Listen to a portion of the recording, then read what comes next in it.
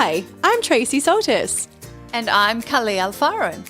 And you're listening to the Mind Body Studio, a place for anyone who wants to reach their full potential, thrive, and create a life filled with vitality.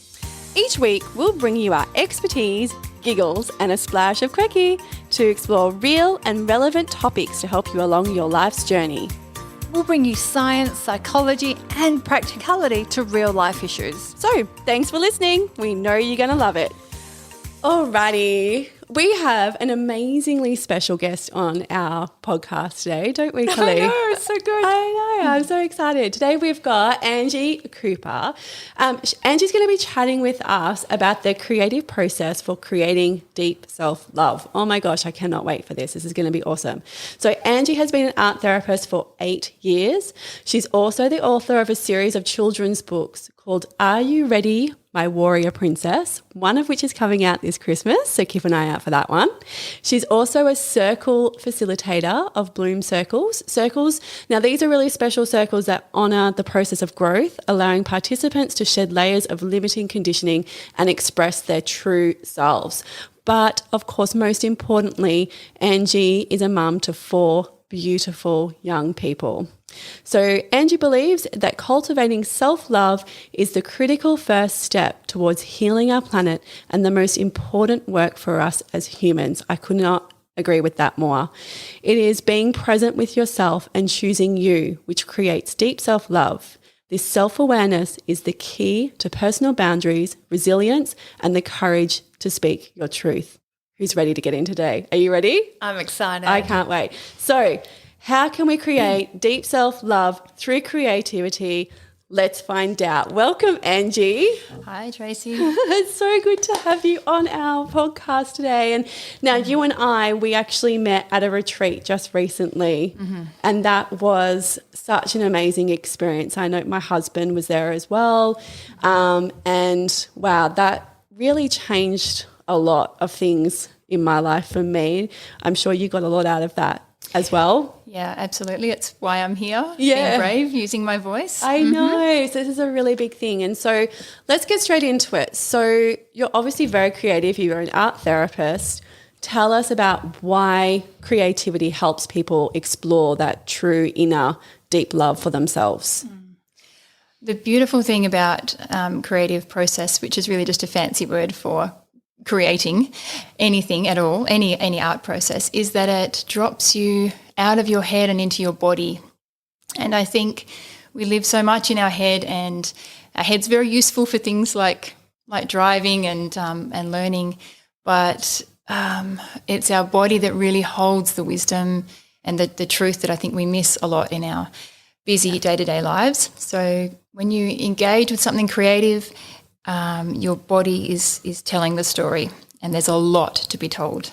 Yeah, I love that. Do you think, Angie, that sort of relates to going into those like deeper child states where we are so much in that creative process and in our bodies? Yeah, absolutely. I'm sure you can do art therapy and creative process without engaging with your inner child, but that's such an important part of the process because, yes, our little child selves are in there providing information all the time too. Yeah. And we talk so much in our podcast about the importance of being grounded in your body. So I'm just so excited to hear your wisdom. Yeah. How did you get to where you are? Oh my goodness, that's a huge question. How did I get to here? Wow. I guess I started art therapy from a place of extreme anxiety, some depression. I was totally overwhelmed and just had an article, a friend found an article for this art therapy course, and I just knew it in my body that I had to do this. And it was a massive ordeal. I was living 5 hours from Perth and managed to get here for all the classes, and I think it just began a journey of my own healing, of really about taking responsibility for myself and realising that it was just about needing to be present for me and that no one else could do that for me. I had to do it for myself. And it's taken a long time, even now, to remember to be present with what is there in my body and trying to speak is That's the work. That's the trick of it. We just Beautiful. literally spoke about that in our last Q&A, didn't we? Yeah. About encouraging people to really own themselves and really to turn inwards and start reflecting on what's going on within themselves, to take accountability for that, because that's when you can create change, is when you're actually turning inward, and instead of externalizing everything all the time, see what's going on in the body, see what's going on for you as an individual, and how you can actually use that for personal growth, but also to impact other people around you as well. And I think also any practice that allows you to move away from your mind and into your body and just drop into that heart space, drop into that creative space is so healing. You know what? Okay, so I'm always really logical, right? Tracy's got her hands up. I'm like logical all the time, and it's exhausting. And so that's one of the things that I learned so much more from the retreat, and this journey I'm on myself at the moment is how I can incorporate more feminine energy and more creativity and those sorts of things into my life. And I feel like this is what the world needs, is that more outlets where people can actually explore these different things that are going on around them in a more creative way. I mean, we recently just did we made a resin board, didn't we, a couple of weeks ago. So much fun. It was Beautiful. so much fun, and it just takes you for me, it takes me out of my logical brain all the time, But any creative process, like even what we're doing right now, like for those listeners that have followed us for so long, and and you've heard that Tracy has like 4 pages worth of notes, she stopped doing that. Like part of that, I have one today. No, but part of that like expression and that sense of just going with your own flow and being in tune with who you are and allowing yourself to express is so healing. Yeah. So this is part of the reason, like we love like sharing this with the community, but it also heals us as we're doing it. Absolutely. And that's what I think the process of art therapy does so beautifully, right? Yeah. And so, Angie, in your experience, like what are the different types of creative things that people can do to kind of explore this? That is limited only by your imagination. It's everything from drawing, painting, clay, sculpture, collage.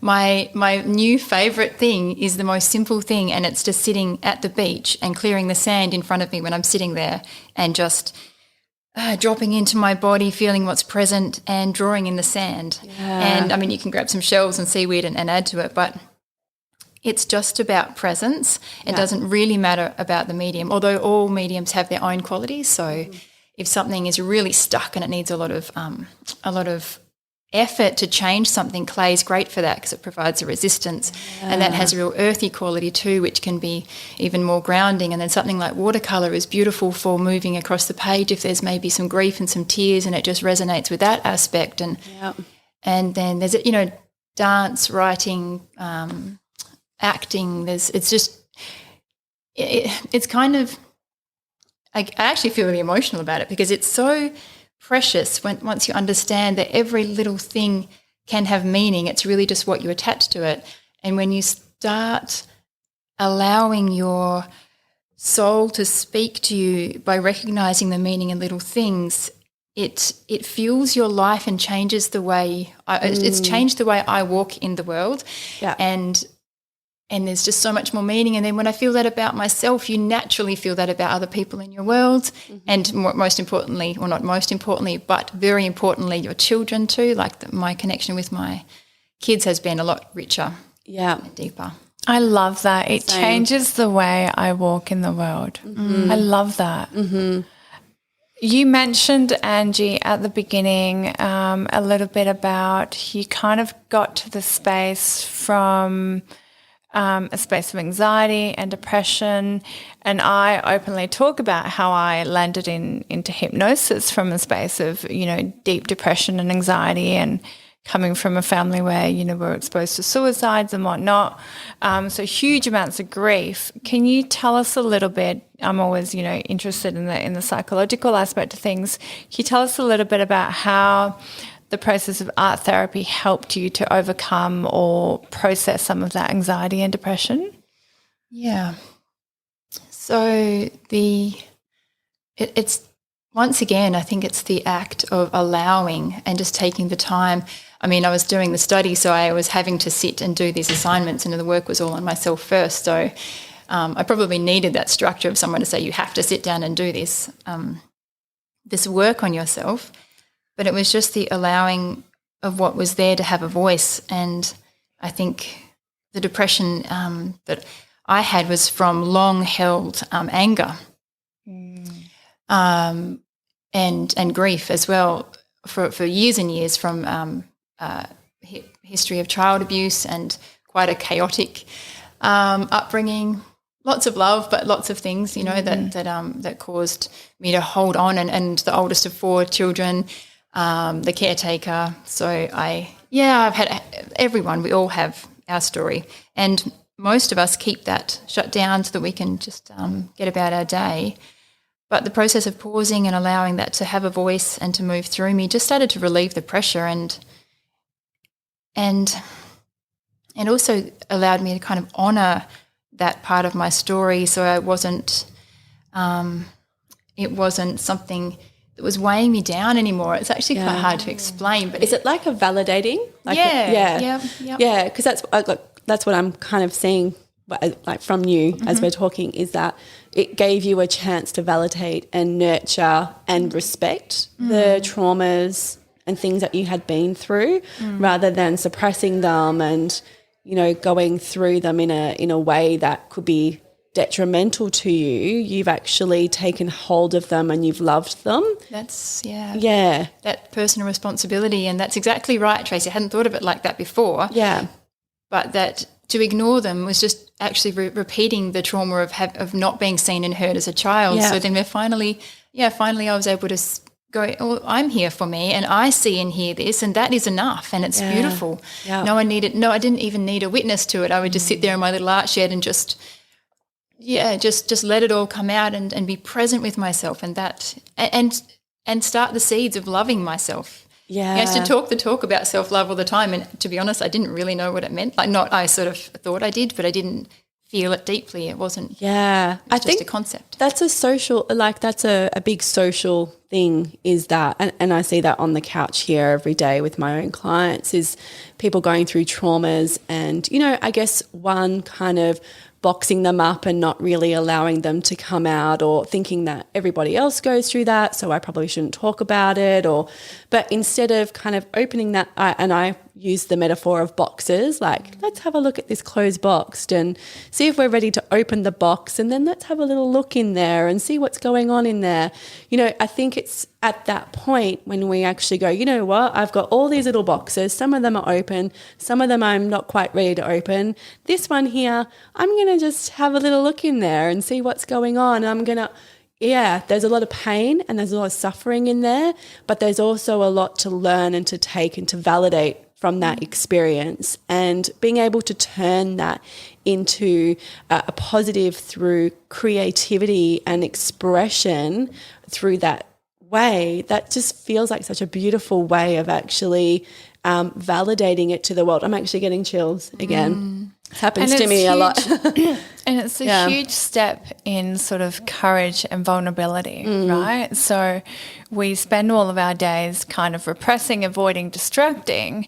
And when you actually step into yourself and step into the emotions, that takes courage. It takes courage to actually be present for yourself. Yeah. It takes vulnerability to actually even have the courage to look into those little boxes. Yeah. So what I love about this, or any practice that allows you to express or allows you to connect, is that when we start to peel away the layers of trauma, of grief, of anger and sadness and disconnect, and all of these layers that we all carry as a result of life experiences, then we can start to really connect to our essence, right? And I think creative processes have that really.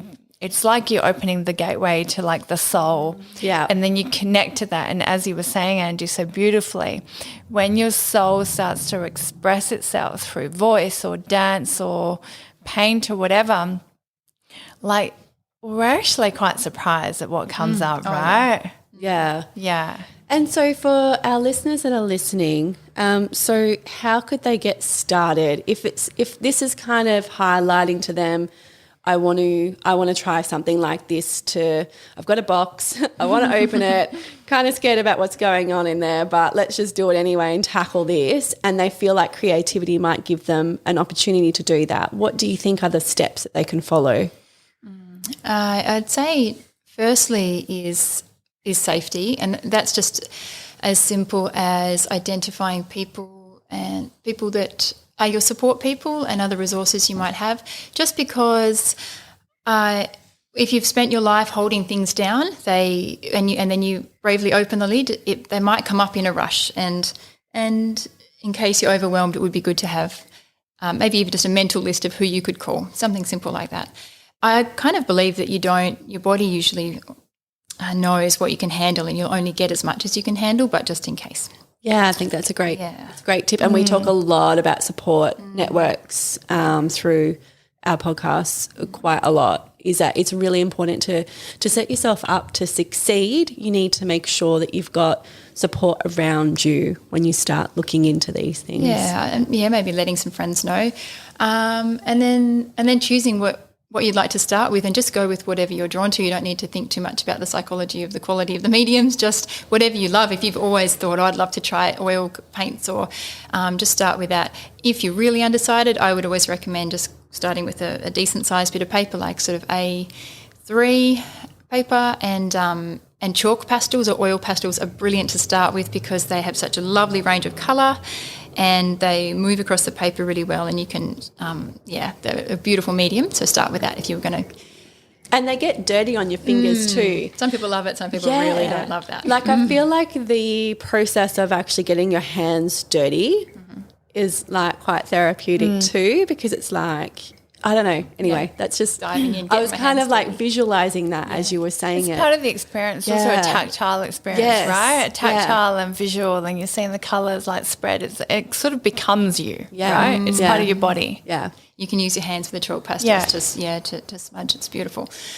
And then it would be, once you're there and you're set, ready to go, it'd be nice if you had no distractions, but in fact, that would be ideal. Dropping into your body, closing down your eyes, putting your hands on your... I usually start with one on my heart and one on my womb space, like the sacral chakra under my belly button there, and just allow a bit of time to drop in and feel any sensation in your body that you're that's trying to get your attention, and maybe let your hands move to that place. And just pause there. And when you feel ready, asking yourself a simple question like, or saying something simple like, I'm here and I'm listening. What do you have to share with me today? Something like that. And just, and then the trick is, because almost immediately, if you're not used to this, your head will helpfully try and jump in and tell you what something should and shouldn't look like, what that feeling should look like on the paper, and it might try and dictate what colour you choose. But if you can instead kind of let your hand do the choosing of the colour, and whatever it grows towards, you might think you need red because there was some anger there, but if it wants to choose green, just go with that. And then starting to move the medium, if it's starting to move it across the paper, if it's chalk pastels or something like that, just go with it. And then keep going with it. And every time the head kicks in, drop back into the body and go again. And just breathe. And you'll know when you're done, because you get a bit of a feeling. And I love that. It's very like a lot of mindfulness, but disconnecting from that motor running in the head all the time, right? And instead of going, okay, what colour do I think I should pick up now? It's like, because I've actually started doing a little bit of this since the retreat. I've been doing, my hubby and I do sacred union, and so I've been creating these beautiful altars, and so I drop into a space similar to that, and I'm like, okay, what does my divine feminine want to do? And I didn't even think about it. I just let her walk around the house, like mindlessly, mindfully actually, picking the things that she wants and then creating the space. And then it's like, wow, I don't even know where that came from, but that just happened. And I didn't think that was possible until then. And that's creative process. That's art therapy. Absolutely. Like that's so beautiful, Trace. Yeah. And so what about the work when it's finished? So we can get quite critical with ourselves, right? So what are your tips for that with people? Yeah, well, the first thing I'd love to say, and one of the reasons I love art therapy is because it's impossible to do it wrong. Like there's no possible way you can make a wrong mark on your page. And then when you've finished whatever it is, it's about coming at it from a place of curiosity. Almost a good tip is to pretend like you didn't do it, and maybe you're seeing it in a museum, a gallery, or maybe it's something that a child has brought to you, and just going, what does this remind me of? If it's a picture, another good tip is to tip it upside down, so it wasn't even what you intended, because the key is finding the bits that surprise you in it are often the bits that have the most information, and it'll be in form of a symbol, so something that it reminds you of that resonates with you in some way. And you might have quite a bit of understanding straight away. You might be like, oh my gosh, that looks like a tree and their roots and they need more support, or something like that might be really obvious. Or it might be that you put it on the wall or you sit it aside and you observe it over a period of time and just keep asking the question, what does it remind me of? And because it has come from you, within you, there is so much wisdom in there to be shared. But the other thing is you don't actually have to know exactly what it is, because it's even just the act of expressing a feeling and making space in your body is beautifully healing. And naturally, when you've shifted out something, everything in your body just sort of reconfigures and it just will land slightly differently, and there is change happening there, transformation happening. We don't have to always understand. On the other hand, sometimes you get some beautiful understandings and consciousness about something. Yeah, and I've always found that funny about art. You know, when you go to an art gallery and people go, oh, I see this, and you have people who critique art, and I've never quite understood that, because to me I look at art and everybody sees it differently. Like no one sees any piece of work of art the same way, and so I don't know how you can ever critique art. Like it's just not possible. Presume to do that. It doesn't make any sense to me, because art is art, and if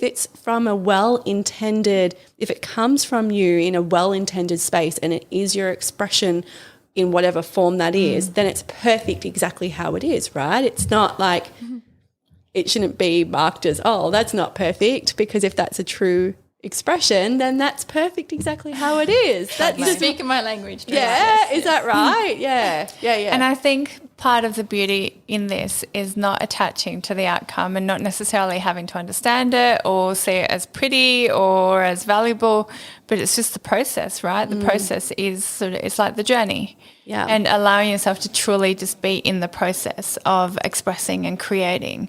And that's the beauty. That's the message of allowing yourself to drop in and creating that space for creativity and for expression. Yeah. Like genuine creativity and expression. Yeah. Right? Yeah. Oh, yeah. That's kind of just, there's a lot of power in that for people that have grown up needing to be or feeling like they had to be pretty or neat or, tidy, to just get really messy with art is really empowering, and just make something that's really ugly. Not there's such thing as ugly really, but just to start breaking down those barriers just with a piece of art. I feel like that talks to me a lot, because, I'm so structured in a lot of ways, and those boundaries have kind of been loosening up over the last probably 2 years or so. And I feel like that's like, let's get messy. Ooh, yeah. Like that sounds like lots of fun to me, like let's just get in there and I'm visualizing myself with my hair all messy and so much paint everywhere. So let's roll around in there and get ourselves all messy and stuff. That sounds appealing to me, because it's just exciting. But we live in a society where we're so structured, like we have to be a certain way. We get told that we have to look and be and produce and accomplish all of these things, that we don't ever go back into that wild natural state, right? We are wild, we are passionate, we are creative, we are expressive, but it's so repressed, right? So allowing ourselves to go into a practice that is going to intentionally create that space. I remember, I just want to share this very, very quick little story. I think it was last weekend. We were up in the hills with Tracy and Tracy's daughter Charlotte, and we had gone to a little little day trip getaway, one of our little dates that we had scheduled out. And it was not what we had intended. I'm not going to go into it, but it was very busy. It was very chaotic. And both Tracy and I are super sensitive to energies. And so we went to this place which we thought would be like beautiful in nature. And it was just packed full of people, full of noise. And we had to leave, right? And we left, right? And we found this cute little cafe, and I went up, and as I ordered our coffees, I got some colouring in for Charlotte, right? Yeah. Some pens, some pencils, and a colouring in bit. And we all sat around the table, and I think we were like quite frazzled in our energies. And I was particularly tired because I'd not slept the night before. And we all just grabbed pencils and just started colouring in this one piece of paper, the three of us, right? Yeah.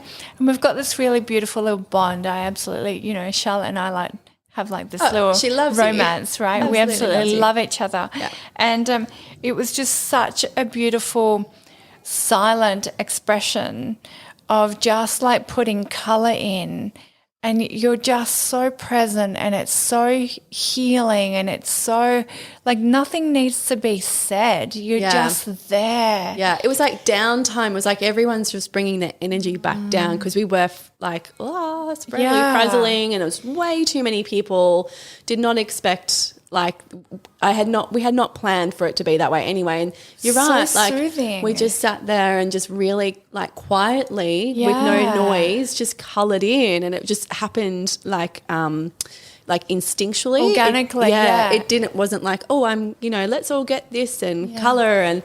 Yeah. And I often think, in terms of expression, I often think we give words too much importance and too much space, and we don't allow other forms of expression. Like, we can sit in a circle, or like in this instance at a cafe table, without having to speak, without having to actually say what we're doing, and we instinctually go into this beautiful, connected, collective consciousness.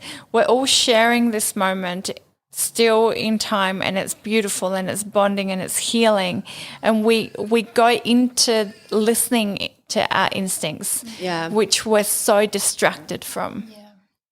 The power of not having to speak, and there's a lot of value in talk therapy, but I know I spend lots of years in counselling, in counsellor offices. That didn't make sense. Going to see a counsellor, telling my story over and over again, and it was the same story. And to be able to, you don't have to speak at all when you engage in art therapy or any creative process, and that is such a lovely thing to just express and bypass the story that kind of gets a bit stuck in that's like it's on a loop, like it's we attach so much to it, I think is what I mean to say.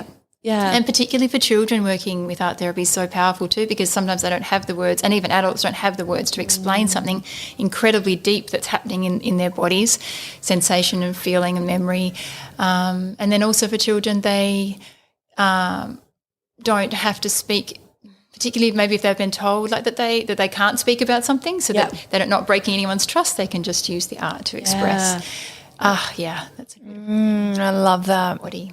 And so let's talk about why all of this is so important. I mean, if listeners haven't picked up already, why this sort of creative expression is really important. And I think you just hit something right on the head there, is that it gives people who don't feel as though they have a voice another means of expressing and communicating themselves. But what are some of the other reasons why we would do these sorts of things?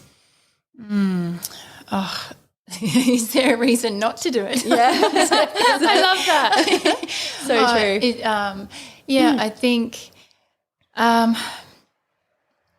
I think for me, this might not actually be answering your question spot on, but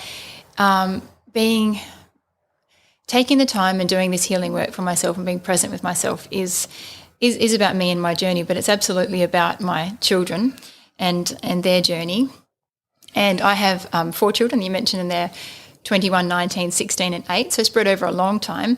And with my first couple of kids, my daughters particularly, I was trying so much to help them and focus on them and heal what I thought needed healing in them and push. And then once I started art therapy and taking responsibility for myself and my own healing, I realised that is the greatest gift I could give them, was my own learning about my own self, my own boundaries, my own self-worth, and amazingly things started to shift for my children without me having to do anything. They were just watching and soaking up that energy, and just feel like it is, like you mentioned before, the most important work of our life, and step toward healing the planet is just taking responsibility for yourself and for myself, for ourselves, and being brave enough. And it is like some of the bravest things you could do is to be really present for yourself and allow what's there to be felt. A lot of women say or feel like that if they start opening those boxes that you mentioned, like they'll say, if I start crying, I might never stop. It just feels like this bottomless, this huge thing that would potentially swallow them.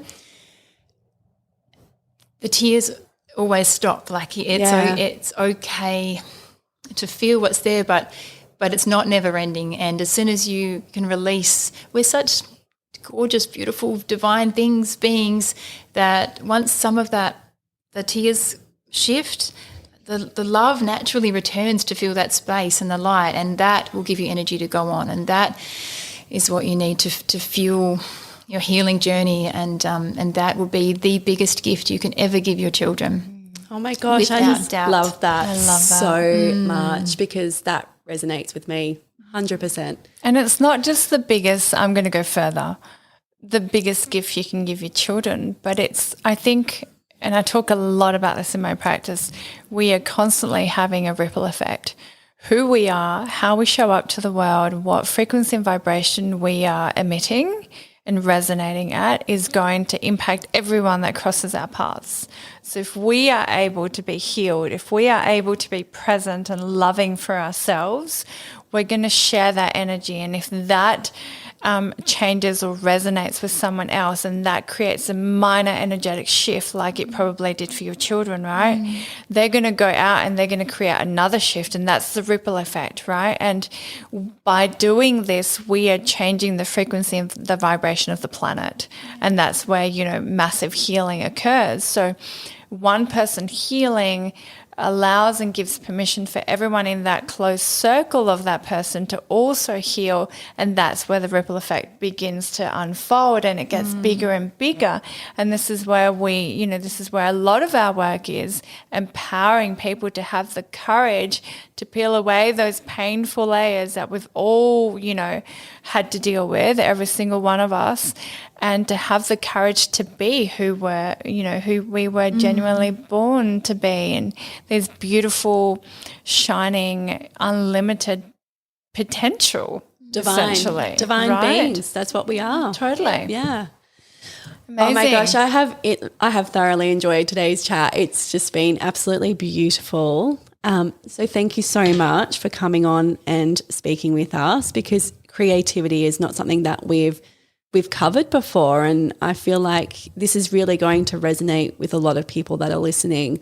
And so if you would like to check out Angie's page, we'll put that up on the description of today's podcast, and then you can touch base with her and maybe do some of her workshops and get yourself, dabble a little bit in this creative outlet that might resonate with you. So we'll definitely make sure that those details are available for you. We also have an upcoming workshop in November with Angie and another gorgeous lady called Chloe Power.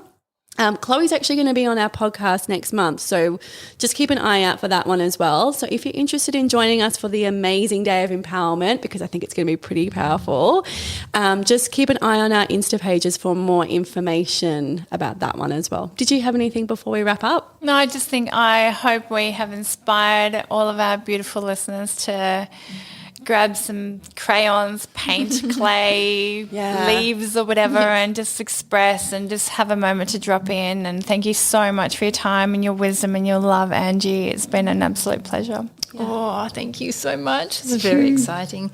Yeah. Did you have anything else to add, or are you good? I'm good. No, I feel fantastic. It's so lovely to share this. It's an important Yay. Okay, awesome. Beautiful. All right. Well, thank you so much.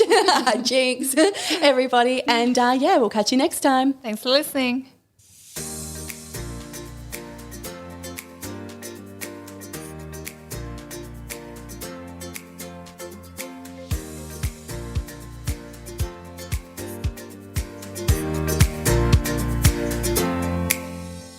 The information, views and opinions expressed on this podcast should not be used or treated as a substitute for nutritional, medical, psychological or other advice by a qualified health professional. Hosts and guests on the podcast express their own opinions, experiences and conclusions. Nothing in the podcast should be used to diagnose, treat, cure or prevent any medical condition. The podcast is not intended to replace any medical or mental health treatment. All information and advice provided is for general well-being and does not take individual cases into consideration. Neither Tracy Saltis, Kali Alfaro, or any sponsor endorse the opinions, views or conclusions expressed or shared on the podcast. Tracy Saltis and Kali Alfaro take no responsibility for any symptoms or consequences as a direct or indirect result of the podcast.